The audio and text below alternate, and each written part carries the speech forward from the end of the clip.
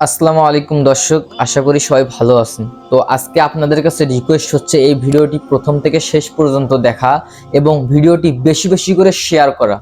তো আমার স্ক্রিনে যে মহিলাটিকে আপনারা দেখতে পারতেছেন, ইনি বর্তমানে রংপুর তালুকদার মেডিকেল হাসপাতালে চিকিৎসাগত রয়েছে।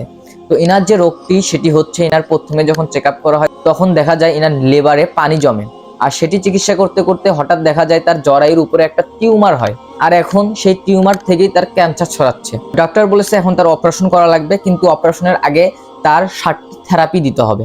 তো সেই 60টি থেরাপি দিতে হয় 21 দিন পর পর, আর প্রতিটি থেরাপি দিতে খরচ হয় 25 থেকে 26,000 টাকা।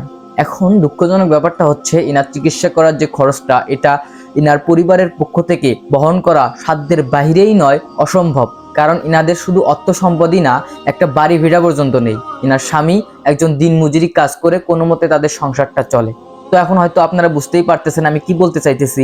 আপনাদের কাছে আমার একটাই রিকোয়েস্ট, স্ক্রিনে দেওয়া নাম্বারে বিকাশ এবং নগদ খোলা রয়েছে, আপনারা যে যা পারেন তাই দিয়ে সাহায্য করেন।